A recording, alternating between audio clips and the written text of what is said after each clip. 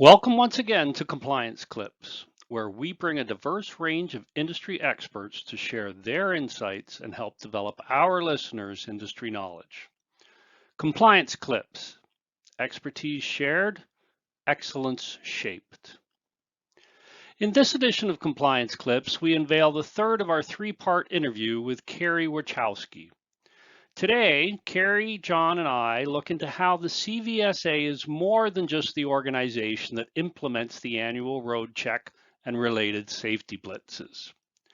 Did you know that all the training for CVSA officers is available for you online? Or that you can take the very same training using an LMS to track your progress and performance? Consider what this means as a carrier. You can provide on-demand training sessions for your drivers, your maintenance department, and your operations and safety departments that is the standard implemented at the roadside. Do you see repeated issues on your CVOR or SMS report? Log into the CVSA website, locate the training, and have it delivered to your staff by the best in the industry, all for approximately the same cost as defending a single ticket. So without further ado, I invite you to join us and listen to the show. Thank you very much. Well, and one of the biggest challenges we have today, and I'm just going to kind of speak of today's model, what we're seeing is a lot of new drivers coming into the industry and whatnot. And with all the media hype that we've seen and all the associations and trucking that are talking about it, we're just not providing drivers enough finishing training to send them on their own. You know, we're packing their lunchbox and saying, here's your ELD and off you go, away you go. Hope you know how to drive that truck. Have a nice day. And it's sad because there's great opportunity there to better educate those drivers to be what they are. So I want to kind of go back to what you had touched on a little bit earlier when you'd said, I wish that drivers were just as educated and had the learning and opportunities that the CVSA inspectors did. I know for a fact if we did, we'd have a much more mutual respect for one another, a much better understanding, and there'd probably be a whole lot less inspections being conducted because drivers would be doing a much better job at what they're doing. So I guess when it comes to training, we have some good training platforms out there that are provided to drivers. We know that CVSA has a learning management system. Is there access that drivers can get, or through their companies or whatever, be as a member? Is there something there on the website that they could also access to better educate themselves, or carriers could use to better educate their drivers? If you took a look at our website at cvsa.org, there's a public side and there's the member side. So the public side itself does have some stuff on it that member or otherwise you can access. All the inspection bulletins are on the public side, so you can read all the inspection bulletins. You can look at the exemption tracker. You can look at, there's a lot of things on there. A lot of them, I will admit, are US based in a lot of cases. But on the flip side, the member portal, if anybody listening has their company is a member of CVSA, then if they have an email address with that company's email, all of them have access to our member side of our portal. Wow. So it's based on the company. So Let's say it's ABC Company and you've got 1,500 employees and they all are ABC Company, Kerri Wirachowsky at ABC Company. Sure. All you have to do is make yourself an account. And it links you immediately to the member portal, and you can see CVSA Learning tab top right in your member profile, and that's how you get to the learning management system. If you're not a member, you don't see that tab. Right. So, in some cases, what I've suggested is, if a member, because I've heard, in some cases, drivers don't have a company email. Well, then if that's the case, then if your company is a member, then you could easily play something, because we've got all kinds of videos back there, all kinds of learning courses, little inspection snippets of things that inspectors have found roadside. I know a lot of companies that just play them, in meetings and other things. They just log in and play them Yep. in a driver's breakfast or something like that. Well, So- I was just thinking that exactly, like, why reinvent the wheel? As a Right. member of CVSA, I have access to all this training. And I guess one of the big things is, instead of, not to take away from other training programs, online training programs that are out there, but now you've got something with a CVSA stamp on it that says the inspectors that are going to inspect you are taking this same training. Why Right. wouldn't you raise your level of education and join the ranks?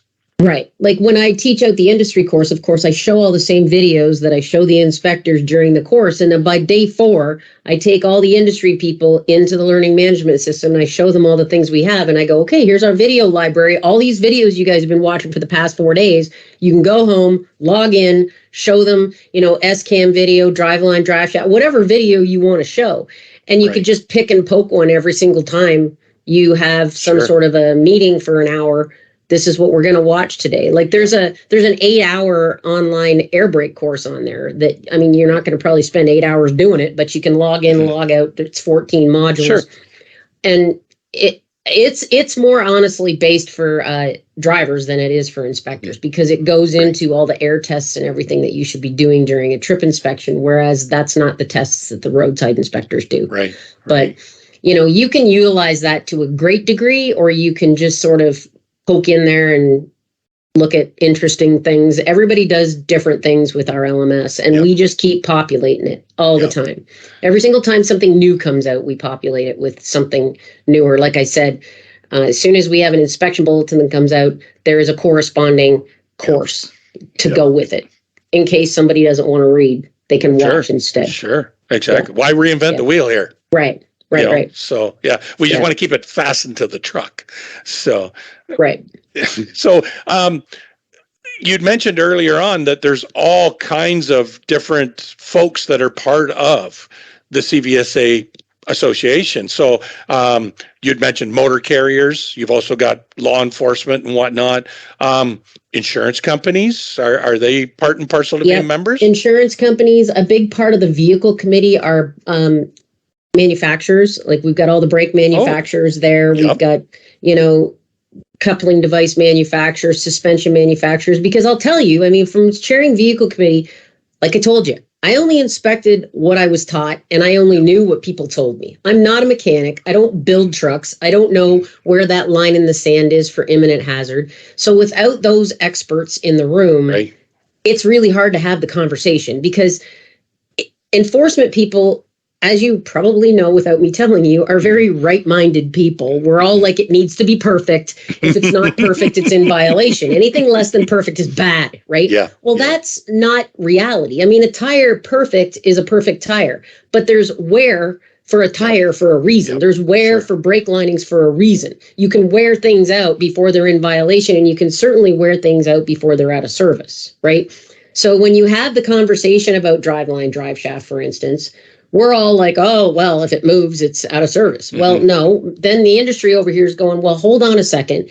And it takes 3 years, like I said, to come to somewhere in the middle where everybody agrees. And that, to me, that's what I enjoyed about chairing vehicle committee, because you had 100 people in the room and you're at polar opposite ends of an issue. And then as you talk, it just happened in Grapevine again when we had our meeting 3 weeks ago. It took 4 hours to get somewhere about lighting, but we finally got there. Wow. And it's you talk, and it's like, okay.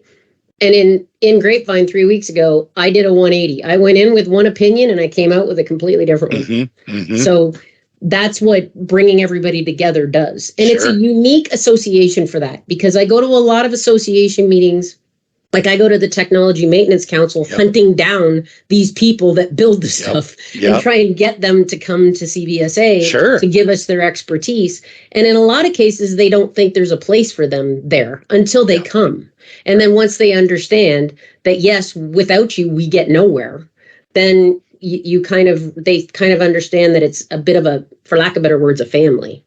I've got stuff for them. They've got stuff for me. Exactly. Well, I was just going to say, CVSA, people need to look at it different. CVSA, as we've already alluded to, is not a government body. It's not a government agency by any means. It's an association that works with industry to help educate governing bodies and enforcement bodies on what should be and what shouldn't be. And having manufacturers at that table and vendors of trucks, trailers, all the equipment that goes up and down the road is so huge. So I can't help but ask now, how do you become a member of CVSA? Well, it's not very hard. This is going to be easier than I thought. You just go on our website, and if you look under membership, you'll see down there. I mean, basically, most of the people that you would be speaking to here would be motor carriers that it would be $750 American a year.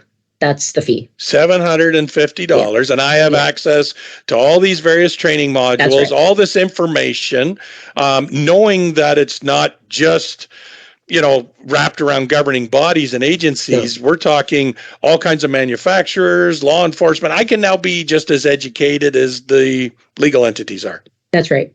For $750 US. Wow. Yeah. That doesn't. And then you can call me anytime you want to know if you got that question that's just hovering in the wind that you need to know. Perfect.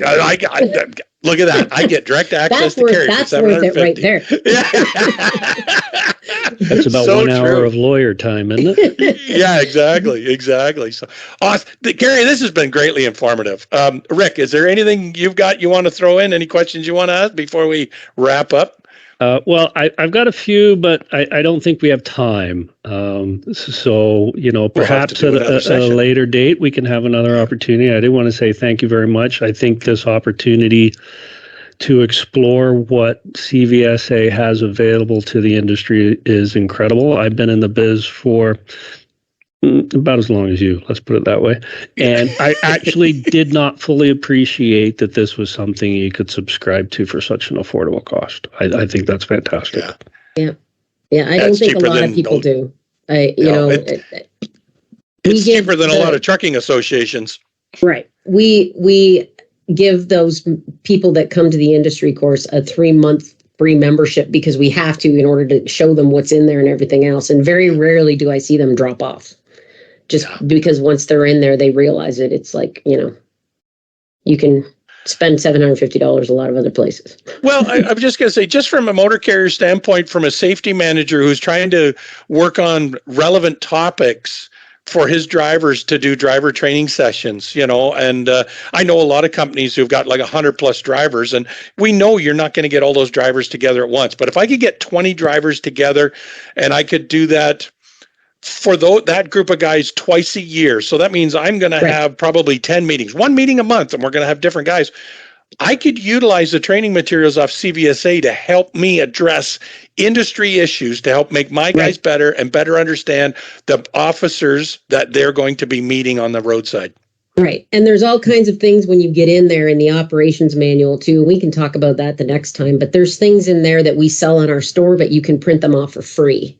In the operations manual, like all the procedures and everything like that, they're all there. So, I would be more than happy to show everybody kind of what's in there so they could go through it and navigate it. Every website's different, and ours it's got its navigational issues. So it's good for me to be able to explain to people where things are at. And once they know where they're at, they can go in there and explore all they want. I mean, like, cool. You got a roadmap to what you want because the roadmap is your CVOR and your SMS scores, right? So here's what I'm hitting at the roadside. Right. Where's CVSA's training on it? Because if my drivers are experiencing this problem, here's the educational solution. Bada boom, bada bing, from the people who are training the roadside officers. Like a big one, just to end, a big one that I get a call a lot about is ABS malfunction lamps. And how do I check them? Well, we've got a flow chart that I say every driver should have that flow chart because it's not as easy as just turning the key and thinking the light's going to cycle because it depends on the year of the vehicle. It depends on whether the trailer is manufactured with or without ABS. It depends on whether the tractor's full power or not. And the flow chart tells you all those things. And a lot of times I don't think drivers understand that. I don't think motor carriers do. And so they have to know how to do that because the inspectors know how to do that. So then that's where the driver comes into a problem. He didn't know how to do it. And then the inspector does. And the inspector finds the malfunction lamp coming on and staying on or not coming on at all and cites him for it. And the driver thought he was doing it right and he wasn't doing it right. So this is great. Fantastic information. Yes. Well, John and I are hacking the site next week. Yeah, I know. I know for sure. We're going to be tapping into Kerri for some more episodes of Compliance Clubs, because I think this is a no-brainer to get this information shared with everybody. So, again, thank you very much, Kerri. I really appreciate you jumping on board with us here, and we look forward to the next episode with you. Okay. Nice to see you guys. You too. Thanks, Kerri.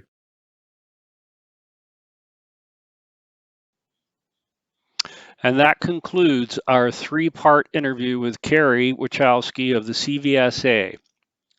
Thank you so much for taking the time to listen to this today. I do encourage you to subscribe to our channel. We've got a great list of speakers who are willing to share industry relevant information coming up, and we really appreciate your participation. Please feel free to send any ideas or suggestions to us. If you got a specific topic you'd like us to cover, we'd be more than happy to explore it with you and find a speaker or share our knowledge with you on any given industry topic. Thanks once again, and we look forward to seeing you next time.